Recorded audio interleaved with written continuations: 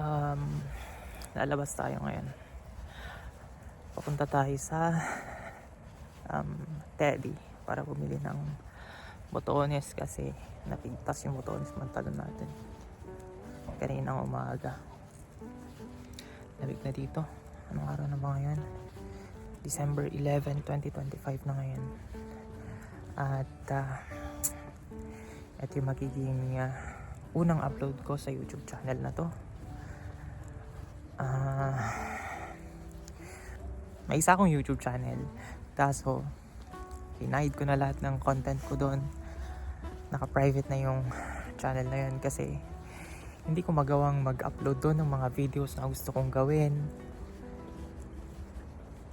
Kasi naka-follow, naka-subscribe yung mga kilala kong tao at hindi ako komportable na napapanood nila yung mga videos ko.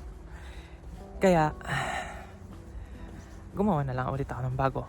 Tapos eto, syempre, wala nang makakaalam nito sa kanila. At kahit walang makakapanood nito, walang magiging views mga videos ko na to, bali magiging ano ko lang to, diary ko, ganun, parang video diary, ano ba yun, basta diary na video, di ba vlog ang tawag doon, vlog na ang tawag doon, hindi ko alam, basta ganun. Gusto ko lang i-document yung buhay-buhay ko dito na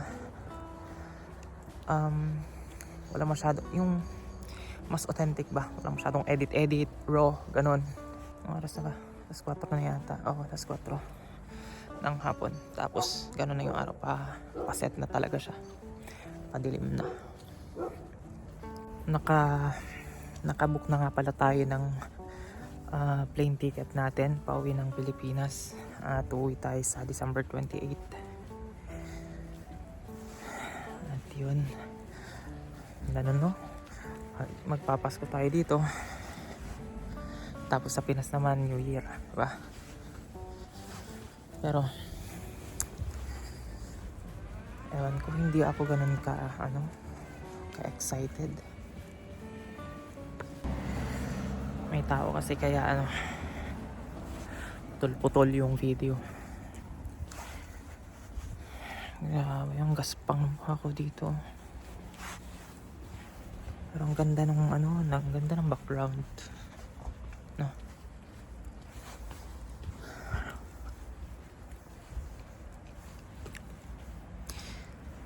Yung gupit ko naman, hindi ko type lahat ng ng pagupit ko dito sa Croatia. Hindi ko nagugustuhan kasi yung mga pagupitan dito, yung mga barbershop, mga babae yung mga naggugupit. Wala pa akong nakita dito sa area namin na barbershop na lalaki ang maggugupit, puro babae. Kaya yun, hindi nakakasatisfy yung gupit. Pagka magpapagupit ka pa dito, kailangan mong magpa-schedule. Hindi gaya dun sa Pinas o dun sa Middle East na pag magpapagupit ka, punta ka lang agad dun sa punta ka lang dun sa barbershop, tapos napipila ka lang dun kung may maraming customer. Dito, kahit iisa lang yung ginugupitan doon sa loob, kung walang schedule, kung hindi ka nakapagpa-appointment, wala, hindi ka magugupitan. Magpapa-appointment ka muna. Pero meron din naman yung mga may isang barbershop dito na pinupuntahan ko na tinatanggap na lang nila kahit walang appointment. Dito na tayo sa Teddy. Ayun na, Teddy.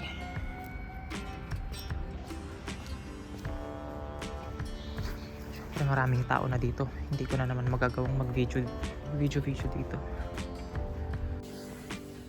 Dito na tayo sa Miller. At